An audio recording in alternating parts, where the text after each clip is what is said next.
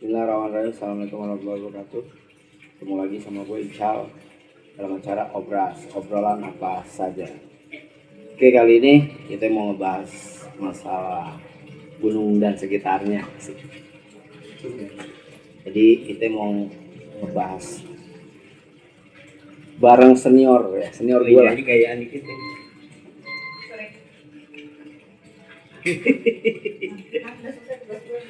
Nah, tenang aja Kak Rory, santai. Makanya kayak gue kalau pagi buah-buahan. Kalau lagi nggak ketemu nasi, yang ada aja dimakan. Buah-buahan.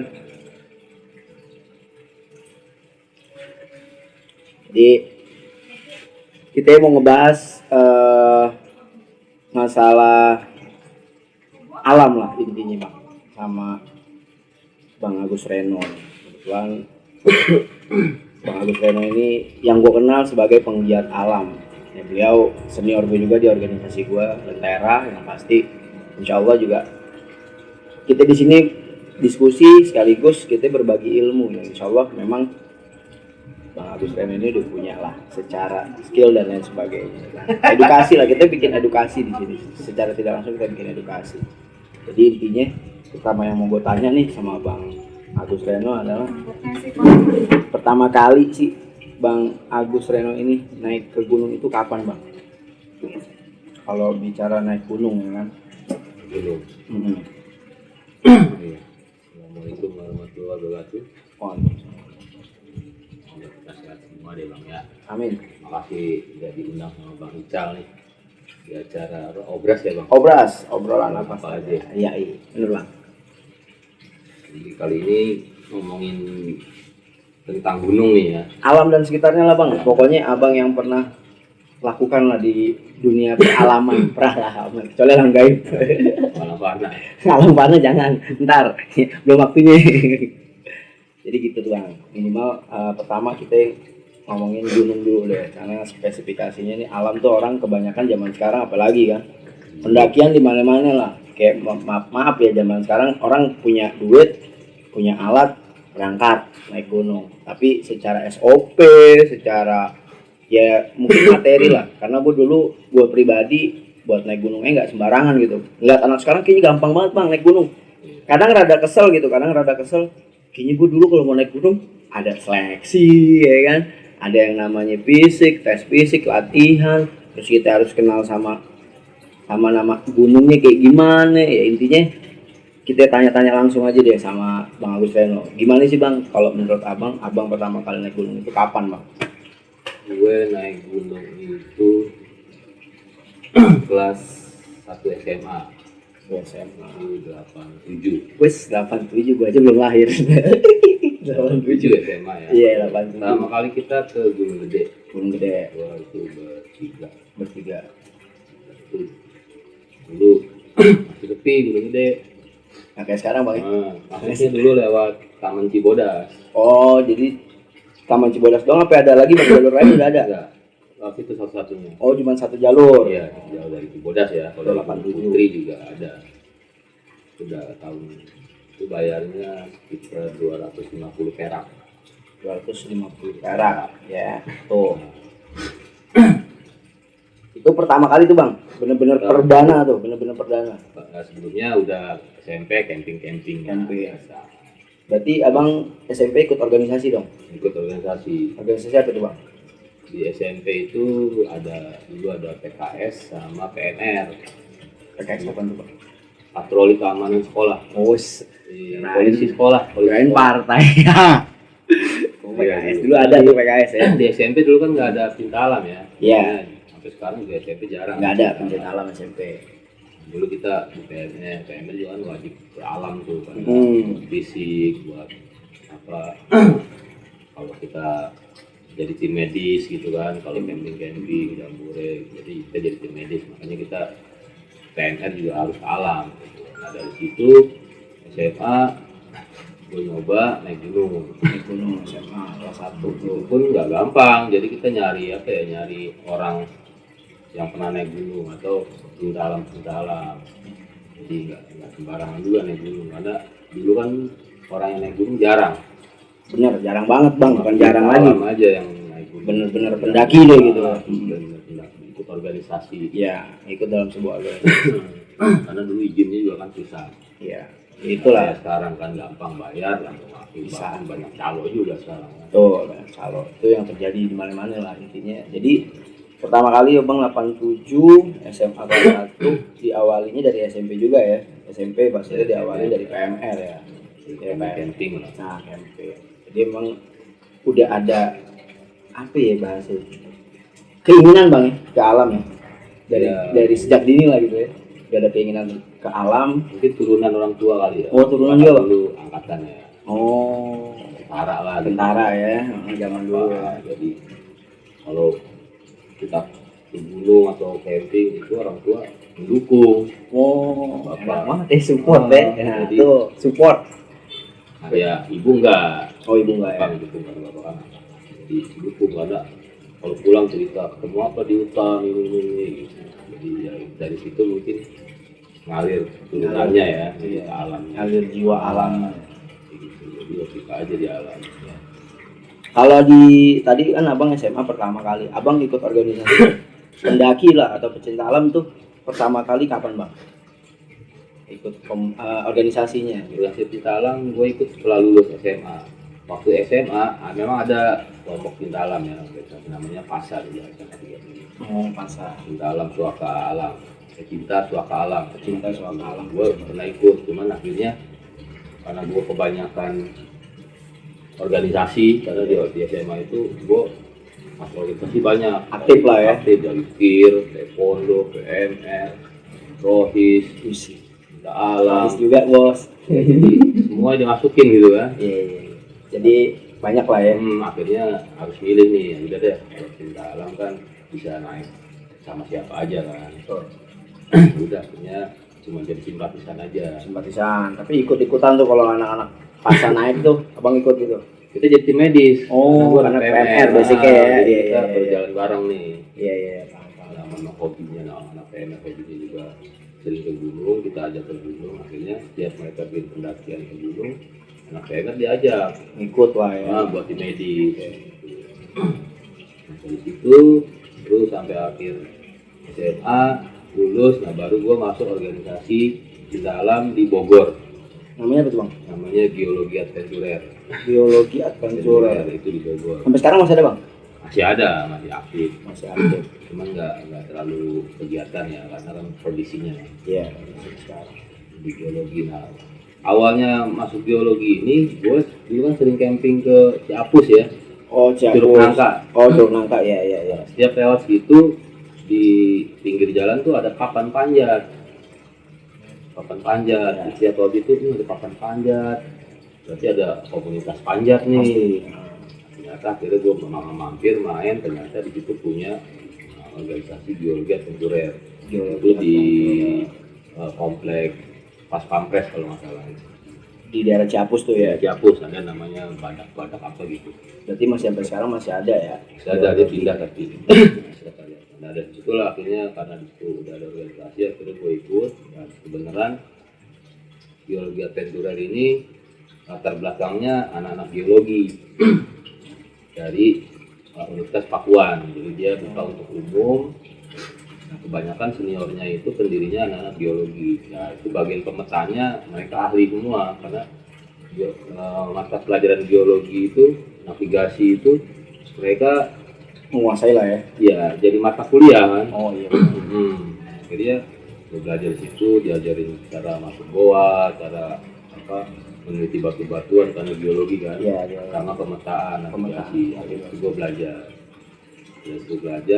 Terus pernah juga mau masuk luar negeri, cuman nggak tembus karena waktu itu seleksinya memang berat dan berat. Uangnya juga harus lumayan banyak, waktunya juga. Karena pendidikannya waktunya lama. Jadi akhirnya udahlah masuk yang ada aja dulu, toh materinya sama kan. Seperti itu. Nah itu kan bicara materi nih bang, makanya gue waktu itu dibilang pendaki juga tanggung sebenarnya, karena memang gue ngeliat senior gue di organisasi balik lagi mengedepankan materi. Jadi bukan cuman modal sama duit gitu loh. Lo punya alat, punya duit, jalan. Nah sekarang nih melihat kondisi seperti ini bang, menurut abang kan sekarang banyak lah yang tadi gue bilang, gue punya duit, gue punya alat, gue mau kemana gue bisa. Nah kalau di zaman abang dulu tuh naik gunung apa aja sih bang yang dibutuhkan? Maksudnya ketika dari sisi materi, dari sisi apa aja sih yang abang butuhin dulu kalau mau naik gunung tuh gitu? Yang abang dapetin dari materi pelajaran abang mendaki gunung lah. Ya karena dulu kan sosmed masih jarang ya, nggak ada ya. Dulu tuh ada friend, Twitter itu belum ada, WA belum ada. Kalau nggak salah friend itu, Friendster ya? Friendster. Nah, Itu zaman kapan itu? itu juga udah agak-agak lama. Dulu masih zamannya SMS, zamannya Iya, zaman dulu lagi lah, zaman lebih muda lagi lah ya kan. 9 kita bulan ya kalau mau pokoknya. naik gunung pasti tempat organisasi cinta alam atau ngajak orang yang pernah naik gunung. Oh, Jadi pada saat itu ya kita dibimbing sama mereka. Jadi memang persiapan naik gunung kalau dulu itu memang benar-benar harus fisik ya, fisik. fisik yang pertama ya. Pertama fisik. Jadi sebelum naik gunung gue juga berapa kali pernah naik gunung terus ngajak temen-temen, ya syaratnya gitu, sebulan dulunya harus latihan fisik. Latihan fisik, udah gitu pendekatan karakter ya. Jadi kalau kita sama teman kita karakternya kita nggak tahu, nanti akan jadi kendala kan di gunung. Tuh, Soalnya karakter orang itu keras. males atau egois segala macam. Jadi pada saat kita latihan kita ngumpul, nah itulah pengenalan karakter sesama satu tim gitu. Oh, jadi sebelum naik justru kita kenal karakter teman kita dulu nih ya. Iya, karena kan kita bawa orang ya. Bawa orang betul. Setelah itu baru materi-materi misalnya kayak perbekalan logistik. Mungkin nanti kita bahas apa persiapan perjalanan ya. Iya. Melakukan Perjalanan itu seperti latihan, apa? ada manajemennya, namanya kan manajemen perjalanan. Manajemen perjalanan. Gitu. Jadi kalau dibilang apa ya, naik gunung nggak sembarang naik gunung. Yang penting punya duit, tapi balik lagi punya ilmunya atau enggak. Nah sekarang banyak kan orang-orang ya maaf banyak hilang di gunung ya, mungkin itu salah satu faktornya bang ya. Ya, jadi juga karena kalau dibanding zaman dulu, kalau gue bukan zaman dulu banget ya, gue zaman pertengahan kayaknya. Iya pertengahan. Yang di atas gue ada lagi yang lebih tua-tua kan. Iya middle. Yang tahun 70-an, tahun 60-an itu lebih parah lagi. Kalau gue mungkin tengah-tengah, peralihan ke tahun 70 ke tahun 2090 itu tengah-tengah. Jadi memang masih agak susah gitu loh naik gunung.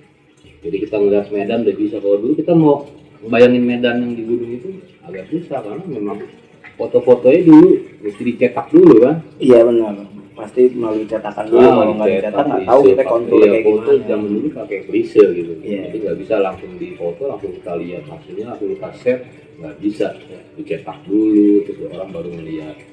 Jadi pemetaan dulu bang ya, pemetaan gunung dulu bahasanya, cari tahu informasi ya melalui temen yang udah pernah naik atau memang kita belajarin peta tadi yang abang bilang, nyetak peta dulu ya kan, sampai segitunya dulu naik gunung ya, nyari peta tuh peta gunung tersebut. Jadi nggak gampang lo naik gunung dibilang di zaman sekarang lo punya modal punya duit jalan, nah, tapi lo nggak yang tadi gue bilang SOP lo nggak ada gitu, standar operasional prosedurnya lo nggak ada. Nah, kalau menurut abang nih SOP pendakian yang paling ya menurut abang bener lah gitu loh, menurut abang bener tuh SOP-nya seperti apa sih pendaki itu bang?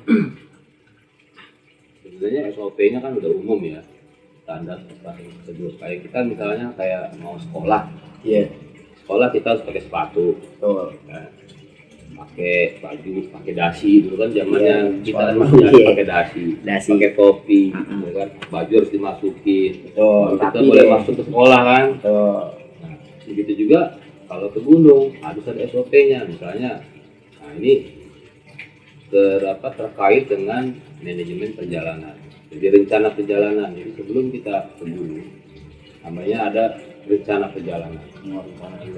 Karena perjalanan yang baik adalah dari rencana yang baik. Kalau rencananya nggak baik, perjalanannya pasti berantakan. Kalau rencana perjalanan yang baik, akan baik. Nah itu kita ininya 5W 1H. Mau satu Ya. umum Jadi, nih. apa, siapa, kapan, di mana, bagaimana. What, where, when, why, sama how.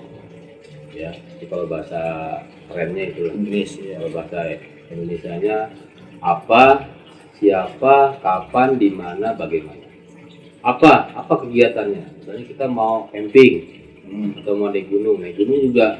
Naik gunung apa? Naik gunung es atau mau naik gunung biasa? Apa kita mau ke sungai gitu kan? Atau susu gua? Nah, itu kegiatannya dulu apa nih? Yang pertama. Pertama. Terus yang kedua siapa aja yang mau berangkat? Kita harus ini juga kan, persiapin tugas-tugasnya seperti itu kan. Berapa orang? Nanti berhubungan dengan perlengkapan dan perbekalan. Berapa orangnya? Terus di mana lokasinya? Misalnya di Bandung, Surabaya. Nah, itu nanti terkait masalah biaya. Kita pakai transport ya kan, berapa uangnya, harus ngumpulin berapa. Terus kita harus ngecek. Kalau sekarang mungkin udah enak ya, kita informasi bisa dari sosmed, dari web, internet udah banyak. Betul. Nah, terus mengapa? Kenapa kita naik gunung? Mau senang-senang, mau penelitian, ya kan? Atau mau ekspedisi? Jadi tujuannya. Kita harus tahu juga kalau misalnya mau ekspedisi ya kita harus benar-benar. Tapi kalau cuma mau senang-senang, ya udah kita nggak punya beban kan. Karena kita mau refreshing. Evan lah ya. Bagaimana cara kesananya kan? Berapa kali naik bis ya kan? Terus transportasinya lah ya. Transportasi, izinnya kemana? Bagaimana izinnya? Apakah harus izin dulu ke kepolisian, izin kehutanan setempat? Jadi 5W1H ini sebelum kita berangkat harus kita laksanakan. Kita lakukan ya. Betul, itu planningnya lah ya. Jadi sebelum berangkat SOP-nya itu dulu nih. Standarnya tuh. Rencana perjalanan. Seperti tadi kan kita mau kuliah, itu bawa apa sih? Bawa pulpen, ya kan, bawa buku, bawa handphone, bawa laptop, bawa tas, bawa pakai sepatu. Nah, itu udah wajib tuh. Itu standarnya. Gitu pun di gunung. Oke, itu kalau bicara SOP-nya ya, itu dasarnya, itu standarnya SOP kalau naik gunung. Intinya ya kita punya kelengkapannya dulu deh, sama kita punya pengetahuannya. Nah, kalau dibilang, abang setuju nggak sih sama orang-orang yang solo hiking bang? Ini kan banyak nih, lagi tren banget nih zaman sekarang nih solo hiking nih ya kan. Kalau gue pribadi sih mungkin, kalau gue berani solo hiking, kalau gue sih bukannya berani atau enggak, gue takut jujur aja. Kenapa? Karena di gunung sendirian gitu kan. Ya walaupun nanti akan ketemu orang. Nah, kalau menurut abang, setuju nggak sih bang kalau dengan adanya solo hiking ini? Menurut abang gimana? Solo hiking itu sudah sebenarnya kalau kita kaitkan sama materi perjalanan ya, materi pendakian itu sudah melenceng, berbenturan. Karena SOP di pendakian gunung itu minimal harus 3 orang. Minimal harus 3 orang tuh, ingetin minimal 3 orang. Karena apa? Kenapa harus 3 orang? Kalau ada yang sakit satu, yang satu bisa cari pertolongan, yang satu bisa nungguin. Seperti itu. Ya. Jadi itu keterkaitan lah ya. Keterkaitan. Kalau untuk solo hiking sekarang kan banyak juga nih. Iya. Kalau zaman dulu kan pendaki gunung nggak ada istilah-istilah atau jenis-jenisnya ya. Iya. Pendaki gunung ya pendaki gunung. Rame-rame dalam. Iya. Pemanjat tebing, penelusur gua udah. Kalau sekarang pendaki gunung banyak nih. Pendaki petualang, pendaki pekerja, ultra light ya, pendaki independen, solo hiking, solo hiker, pendaki solo sendiri, itu sama pendaki tektok, ya running ya kan. Jadi banyak istilah sekarang, banyak organisasi yang membentuk komunitas itu. Kita juga nggak tahu kiblatnya kemana. Nah, kadang-kadang orang Indonesia itu hanya ikut aja. Ikut tren ya? Tren yang ada benar. Orang kita itu. Kalau menurut gue sih, kalau solo hiking kayak tadi, pertama, walaupun mereka nyalinya gede ya, nyalinya itu modalnya nyali yang pertama. Untuk di perjalanannya oke, nggak masalah, karena nanti akan ketemu teman ya. Iya. Karena ada banyak juga temen gue yang solo hiking gitu loh, mendaki sendiri. Alasannya nanti juga ketemu di gunung. Tuh, itu kalau ketemu kan gitu. Standar ya kan. Kalau misalnya nggak ketemu, ya kan? Atau gunung itu sepi, akhirnya dia naik sendiri. Kalau ada apa-apa siapa yang ngomong? Tuh. Jadi nolongin gitu. Secara nggak langsung, Bang Agus nih nggak setuju lah ya hiking ya. Kalau bagi pribadi ya. Kalau rame nggak masalah ya. Kalau dalam kondisi gunung itu waktu ramai. pendakian. Tergantung orangnya sih, kalau misalnya dia pendakian solo terus ketemu orang akhirnya gabung ke grup lain, Itu nggak apa-apa ya. itu nggak masalah, Nggak masalah, ya. rame karena nanti ya, mereka akan gabung ke grup Iya. lain. Tapi kalau misalnya Sendiri benar. ditakutkan kan resikonya kalau nggak ada yang naik Nah itu atau beban. jarang yang naik, Ya kan, sendiri. bebannya begitu. Sendiri mau nggak mau dia ngapain sendiri, kalau dia sakit atau kesasar siapa yang mau nolong? Tuh.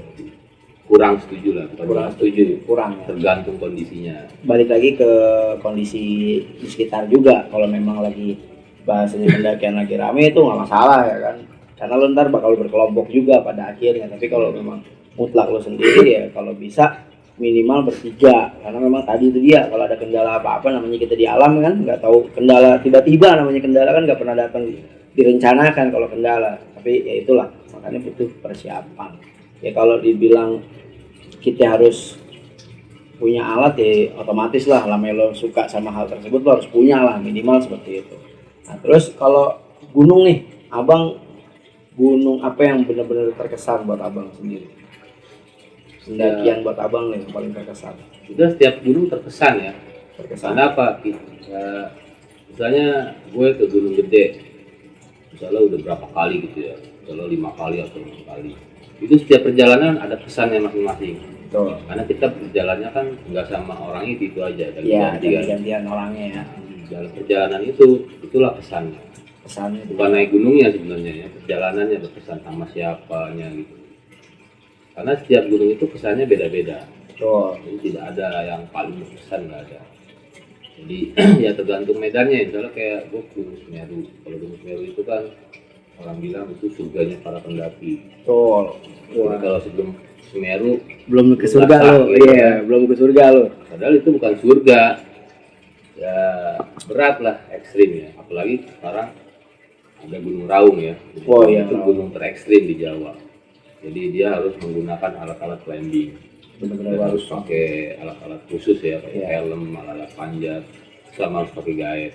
Oh, Jadi itu kesannya juga beda gitu. Kesannya beda, kesan dari gunungnya itu sendiri. Betul. Jadi kalau untuk yang paling berkesan, gue rasa setiap gunung punya kesan masing-masing. Tapi yang paling bang, pasti kan ada yang paling yang gue apa ya, kalau gue datang ke sini tuh selalu ingat suasana ini gitu. Misalkan gitu bang, satu gunung yang benar-benar buat abang dari segi treknya asik, terus gimana ya, nyaman deh kalau ke gunung ini gitu. Itu di mana bang? Kira-kira bang? Paling nyamannya abang naik gunung? Nah, pasti punya kesan yang Gimana paling ya? dalam. Karena Paling- eksotisnya kan. Paling serem palingnya. Oh paling serem nih. Nah ini seru nih, paling seru. Gunung Agung. Oh Gunung Agung Bali ya. Karena gunung itu kan gunung apa ya, gunung religius ya. Gunung adat lah ya. Nah, gunung adat. Karena pada saat kita nama teman itu berempat itu lagi sepi. Benar lagi 17-an udah pada turun semua mereka. Kita mau naik udah pada sepi tuh gunung, udah pada Iya. turun kan.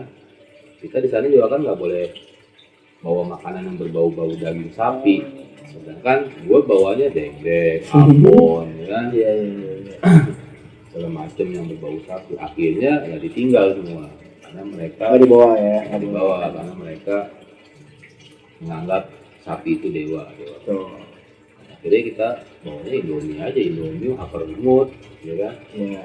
Naiklah ke Gunung Agung karena sepi waktu itu, ya suasananya memang Mencekam lah ya. susah karena kita melewati pura di gunung itu ada pura-pura.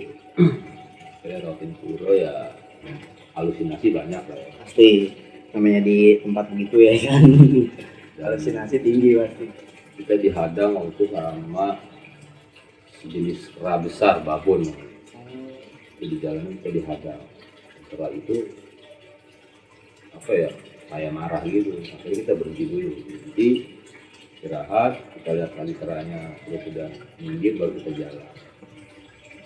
Itu aja sih kalau yang paling serem. Jadi suasananya serem gitu. Selamat juga, Gunung Selamat juga agak serem karena kalau di Jawa itu Gunung Selamat itu memang katanya ada kerajaan, sama kerajaan gaib. Ya banyak sekarang banyak yang ceritain tuh di YouTube, banyak yang ceritain gunung ini gunung itu. Waktu itu ditawarin malah sama orang sana, mau kerja di sini nggak? Chat kerja di alam sana gitu. Jadi orang sana mau ibaratnya calo lah, bisa menghubungkan kita sama alam gaib kalau kita mau kerja di sana. Oh, kalau mau tuh, weh. Cuma resikonya ya kita baliknya nggak tahu bisa apa enggak. Nggak tentu. Dianggap hilang nanti gitu. Tapi di sana katanya seperti kehidupan manusia, kita kerja ada pasar kerja.